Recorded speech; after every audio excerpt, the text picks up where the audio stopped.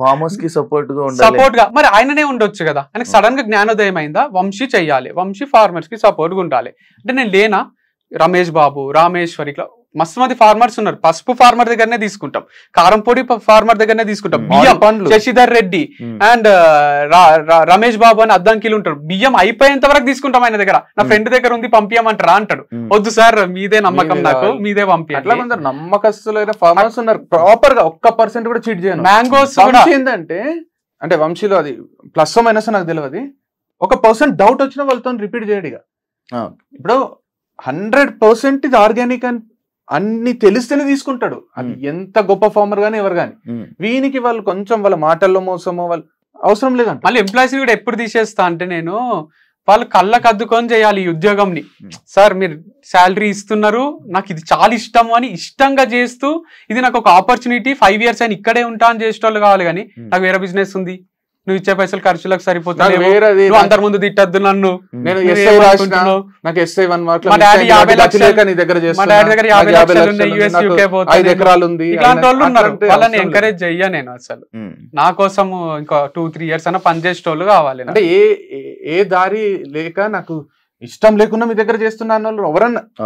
ఒక ఇంటర్వ్యూకి పోతాం మనం, నాకు ఇన్ఫోసిస్ లో రాలేదు కాబట్టి నేను విప్రోకి వచ్చిన, నాకు కలల జాబ్ ఇన్ఫోసిసే, ఇక్కడ రాలేదు కాబట్టి నేను నీ దగ్గర జాబ్ చేస్తున్నా, నా కర్మ ఇది అంటే ఎవరైనా పెట్టుకుంటారా? సో జాబ్ చేసేటోళ్ళు అయినా సార్ మీ కంపెనీ అంటే నాకు చాలా ఇష్టం, మీకోసం మంచి చేస్తా, నాకు ఇది ఒకటే అనుకోకు, నాకు ఇంకోటి ఉందంటే తీసేవద్దు కదా, ఎవరినైనా తీసేవద్దు, కామన్ సెన్స్ కదా, మనిషికి ఉంటే ఫీలింగ్స్ కదా. ఇప్పుడు వంశీ ఏమైనా తప్పు చేసినా గానీ, ఏదైనా చేసినా గానీ నువ్వు తిడతావా, క్వశ్చన్ చేస్తావా? ఎన్నో డిస్కషన్స్ ఉంటాయి మా మధ్యలో. కాకపోతే తప్పు అంటే ఇప్పుడు తప్పు అంటే ఏంది, ఏది తప్పు? ఏదైనా ఫార్మింగ్ లో కానీ, దీంట్లో కానీ, బిజినెస్ లో ఇంటర్ఫియర్ గాను, బిజినెస్ పర్సనల్ లైఫ్ లో వాడు ఎవరన్నా తప్పులు చేస్తారేమో గానీ వాడు తప్పుకు వాడే ఫస్ట్ భయపడతాడు.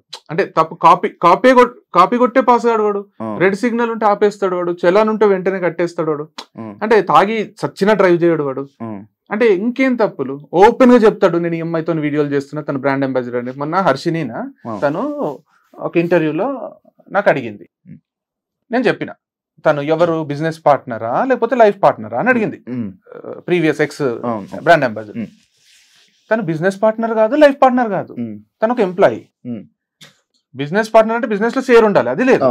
లైఫ్ పార్ట్నర్ అంటే ఆ ఫీలింగ్ లేదు, అది వంశీ చాలాసార్లు చెప్పిండు. తను అందరు ఎంప్లాయీస్ లాగా తను ఒక ఎంప్లాయీ, తనకు శాలరీ ఇస్తాడు అంటే ఇస్తాడు, ఎంప్లాయీకి ఇచ్చినట్టు ఇస్తాడు అన్న. అక్కడికి అదే వాళ్ళ బాడీ లాంగ్వేజ్ చూస్తే అట్లా అనిపిస్తలేదు, అది ఇది అంటే కూడా నేను చెప్పిన, బాడీ లాంగ్వేజ్ చూసి జడ్జ్ చేసేకి మీరెవరు నేనెవరు, ఎవరెవరి లైఫ్ ని జడ్జ్ చేయలేరు. బాడీ లాంగ్వేజ్ ఇప్పుడు నేను నాకు గొంతు వరకు వచ్చి ఆపుకున్నా, ఇప్పుడు మీ బాడీ లాంగ్వేజ్ చూస్తే కూడా నాకు ఏమనిపించచ్చు, నేను జడ్జ్ చేయాలా మరి అనుకోని కూడా ఇంటర్వ్యూ కదా మర్యాదగా మాట్లాడాలని ఊరుకున్నా. మొన్న నేత్ర ఇంటర్వ్యూ చేస్తూ వాళ్ళు ఏది బయట పెట్టారు అన్నదమ్ములు, లైఫ్ పార్ట్నర్ అంటే చెప్పరు, బిజినెస్ పార్ట్నర్ అంటే చెప్పరు, అన్ని దాచిపెడతారు. లోగో గురించి అడిగింది, నేను ఎంత మంచి చెప్పిన అంటే వంశీ ఫార్మ్స్ కి లోగో ఎందుకు, వంశీ ఫేస్ ఉంది అంటే వంశీ ఫార్మ్స్ కి లోగో వంశీనే ఉంటాడు కదా, వంశీ ఫార్మ్స్ కాబట్టి అది వంశీది కాబట్టి వంశీ ఉన్నాడు, ఎవరో ఉండలేరు కదా వంశీ ఉన్నాడు. రేపు పొద్దున ఇది నా ఫార్మ్స్ అని ఎవ్వరు అనరాదు కాబట్టి వంశీ లోగోనే వేసుకున్నాడు అన్న. అంటే ముందు పాస్ట్ లో అన్నారా అంటే నేను నవ్వి ఊరుకున్నా, నేను అన్నారు అనలేదు, అనలేదు, ఏమనలేదు, నేను అనొచ్చు, ఏదో ఒకటి అనొచ్చు, నవ్వి ఊరుకున్నా.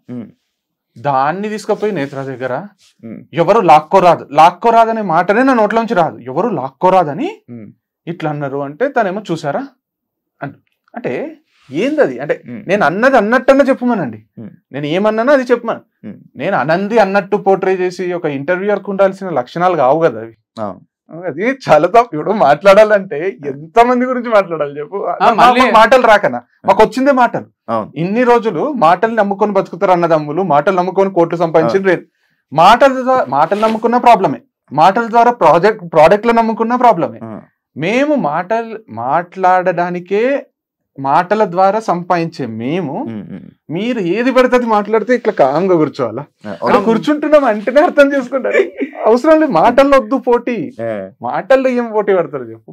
అంటే మళ్ళీ ఇది ఎట్లుందంటే నేను చేస్తుంటే సింపుల్ అనిపిస్తది, ప్రోడక్ట్ పెడతాడు, వీడియో చేస్తాడు, అమ్ముతాడు, నేను ప్రోడక్ట్ పెడతా, నేను వీడియో చేస్తా, నేను అమ్ముతా, అట్లా నన్ను చూసి స్టార్ట్ చేసిన వాళ్ళు 100 మంది తయారవుతున్నారు. ఆర్గానిక్స్ అని చేస్తున్నారు అని సింపుల్ లేదు కదా.